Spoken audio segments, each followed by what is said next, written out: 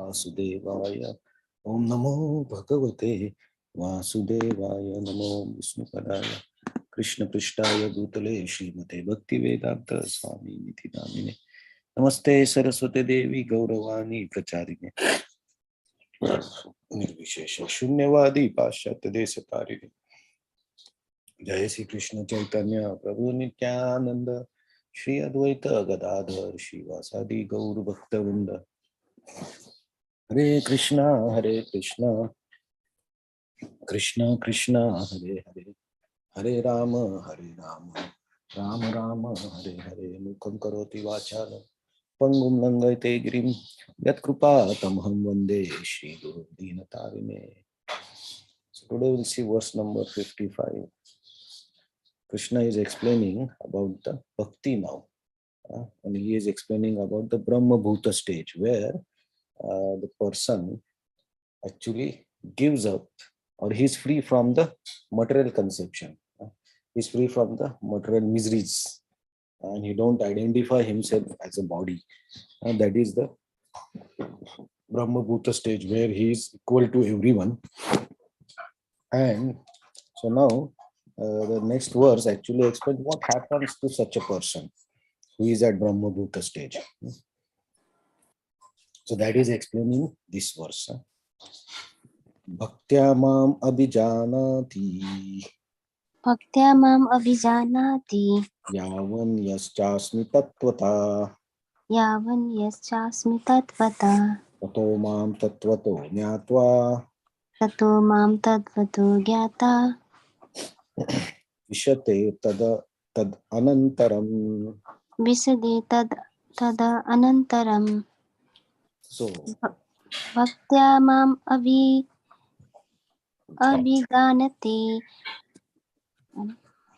Yavan yaschasmi tatvataha.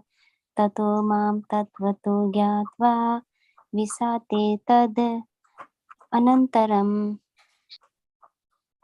Yamam abhijanati yavan yaschasmi tatvatah tato mam tatvato jnatva vishate tadanantaram.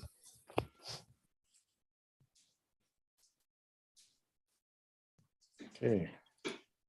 So translation. One can understand me as I am, the Supreme Personality of Godhead. That means tattvata, only by devotional service.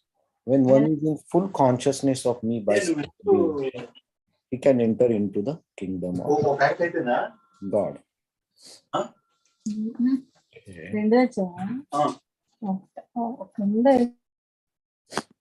Okay, so purport. Somebody please help after. I will read half, somebody can please read the remaining half. Okay. The Supreme Personality of Godhead Krishna in his plenary portions cannot be understood by mental speculation nor by non-devotees. If anyone wants to understand the Supreme Personality of Godhead, he has to take to pure devotional service under the guidance of pure devotee. Otherwise, the truth of Supreme Personality of Godhead will be always hidden. As already explained in Bhagavad Gita 7:25, Naham Prakasha Sarvasya. He is not revealed to everyone. No one can understand God simply by erudite scholarship on mental speculation. Only one who is actually engaged in Krishna consciousness and devotional service can understand what Krishna is. University degrees are not helpful. One who is fully conversant with Krishna, with the Krishna science, becomes eligible to enter into spiritual kingdom, the abode of Krishna. Becoming Brahman does not mean that one loses his identity. Devotional service is there, and as long as devotional service exists, there must be God, the devotee, and the process of devotional service. Such knowledge is never vanquished even after liberation. Liberation involves getting free from concept of material life. In spiritual life, the same distinction is there, the same individuality is there. But in pure Krishna consciousness, one should not mistakenly think that the word Vishate enters into me, supports the monist theory that one becomes homogeneous with the impersonal Brahman. No. Vishate means that one can enter into the abode of Supreme Lord in one's individuality to engage in his association and render service unto him. For instance, Green bird enters into green tea, not to become one with the tree, but to enjoy the fruit of the tree. Impersonally, generally give example of river flowing into ocean and merging.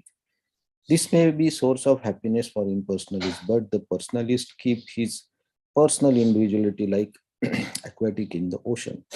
We find so many living entities within the ocean. If we go deep, surface acquaintance with the ocean is not sufficient.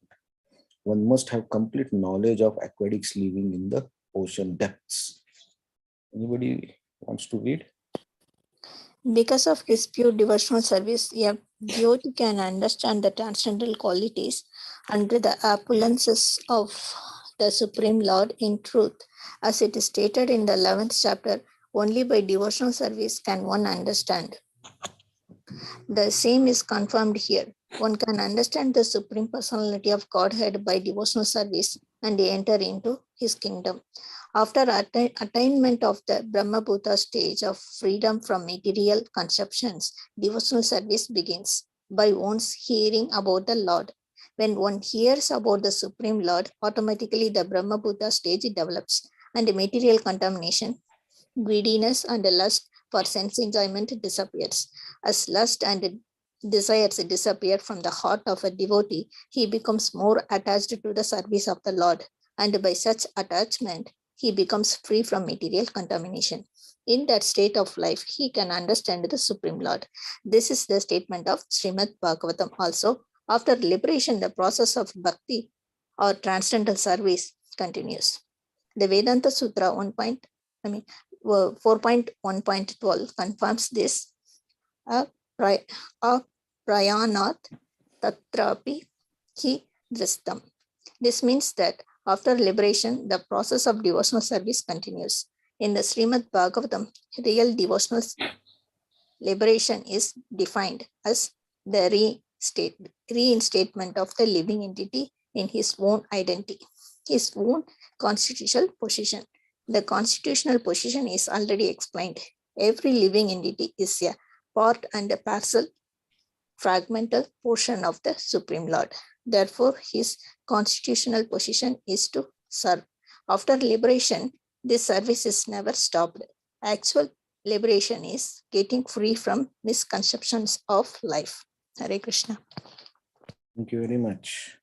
So, this is bhakti and the greatness of bhakti. So, Krishna, in the 9th chapter, Krishna concluded that okay, bhakti is the topmost process in the yoga. By bhakti only you can understand the Supreme Lord. So he here is confirming the same statements that bhakti is the main way. Bhakti amam abhijanati. By bhakti you can know me, and once you know me, how you should know me? Tatvata, in reality, as I am, not by some speculation, not by imagination, as I am. And when you know Krishna as he is, then you enter into his nature. So if we take a gross example, if you want to become a doctor and treat the patients, then you have to go to medical college, take the degree, study everything. And once you do that, you can actually become doctor and do all the activities related to doctor. So even just reading the books at home, you cannot become doctor. You have to follow the rules and regulations and process of the college, then only. So to understand God, we have to process set by the God. So the medical college is set by somebody and they have their syllabus and rules and regulations. So you have to follow that. You cannot go beyond that. And if you don't follow, you cannot get the required results. Similarly, if for just becoming doctor we need so many things, here we are talking about understanding the Supreme Lord and the Supreme Abode in Tattvata, in as it is, without any mix from anyone. So for that, what we have to do, we have to follow the process set by the God. And God says you can understand me by bhakti. So we have to do bhakti. And where the bhakti starts? The pure bhakti. When we say bhakti starts, it means the pure bhakti starts. The pure bhakti starts when we are beyond the material miseries and material identification. Because in that state, we understand that we are a spiritual being. The soul is spiritual, and I am not this body.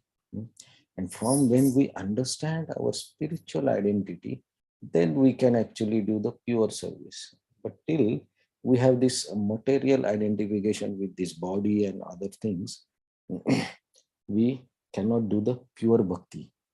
Of course, bhakti is so powerful that it can be done from any person at any stage of life. Even if he is in ignorance, he can start doing the bhakti. Bhakti does not require a qualification to start.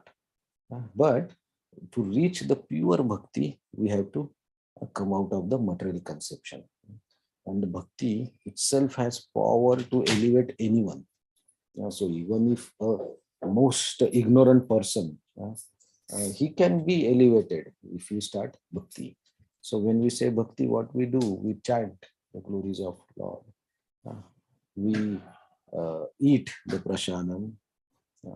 We read the books about the God, like Bhagavad Gita we are reading. We read Bhagavatam, we read Chaitanya Charitamrita, so many books.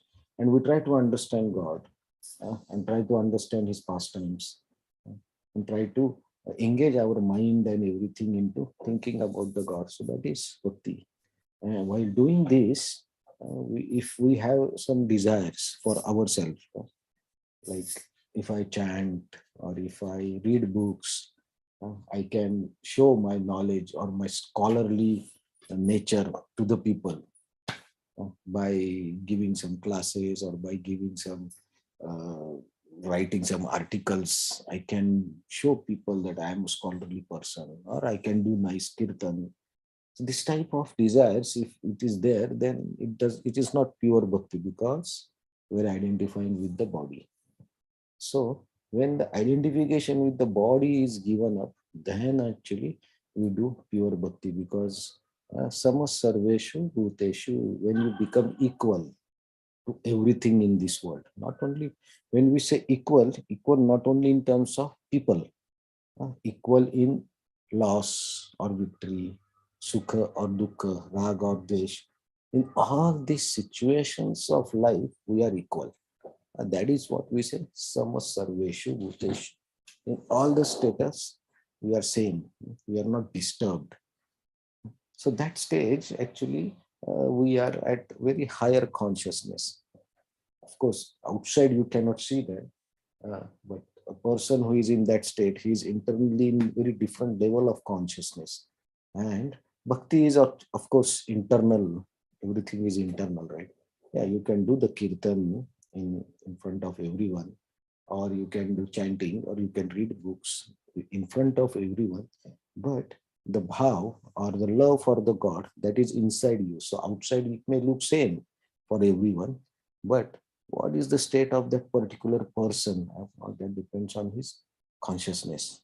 So Brahma Bhuta stage, actually Krishna is saying that you start real bhakti, because you are also identifying as a spiritual thing, a spiritual being, or a spark of a part of the Supreme Lord. And then you can actually understand the Lord. And when you understand the Lord and his abode and his devotees and his activities, his form, qualities, everything, then you are qualified to enter into the kingdom of God. So Tattvata word is very important. We should not mix anything into it. If we mix jnana, if we do some speculation about the God and try to understand by that, then we will fail. We cannot reach to the ultimate conclusion of God's identity. Not be possible. So there should not be any mixture. Or you say, I will do Ashtanga Yoga into forest. I will stand on one leg or something. I will do, and then I will understand God. We cannot understand God by that. For that you need bhakti. So this is the glorification of bhakti. So many times people say that Bhagavad Gita is very philosophical. Philosophical books. There is a lot of philosophy. Yeah, that's true. But if we see verses like this, there is verse which is glorifying the bhakti in every chapter of Bhagavad Gita. And by glorification of bhakti, Krishna is recommending bhakti. And just, of course, he will go to his final instruction to Arjuna and all soon. But to reach to that point, Krishna is telling, give up all these other processes, Ashtanga Yoga, Karma Yoga, because to get success in Karma Yoga or Jnana Yoga or Ashtanga Yoga, yesterday we discussed that at the end they need bhakti. Without bhakti, they cannot achieve their goal. So why to waste our time in doing all these half activities? Krishna is saying, Bhakti Amamavyana, by bhakti you can understand me as I am. So do bhakti. And by that you can achieve the supreme goal. So Srila Prabhupada's Bhagavad Gita, if we see, the title is Bhagavad Gita as it is. So why it is as it is? Because Srila Prabhupada has not given his own ideas anywhere. In the translation also, in the purpose also, has not given his own ideas. The Bhaktya Mamaviyanati, I think, no. Srila Prabhupada literally translates whatever written in Sanskrit to English. And also he has, Srila Prabhupada uses the commentaries of Baldev Vidyabhushan, Vishwanath Chakravarti Thakur, very senior acharyas, to give us the purports. So he has, of course, written the purports by his own words, but not by own imagination. It's from reading from the purports of great acharyas. So this is Bhagavad Gita as it is. There's no alteration, nothing. So Krishna also says, do bhakti, then you can understand me as it is, as I am. And it's very difficult to understand. We have already saw 11th chapter. Arjuna was also bewildered to see the Vishwarup. So to understand Krishna by Tattva, you can enter into the kingdom of God. And now Krishna will still further explain how people who have achieved this, they behave, what is their duty, extra. So all other things related to bhakti. So here Krishna is taking conclusion towards the personal aspect of him and the devotee and their relationship and bhakti process. Okay. So we'll continue this tomorrow also on glorification of bhakti. Hare Krishna. Thank you very much. Okay, any comments?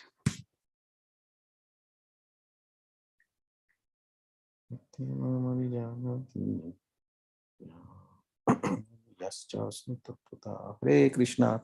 Thank you very much. Hare Krishna, thank you so much. Thank you.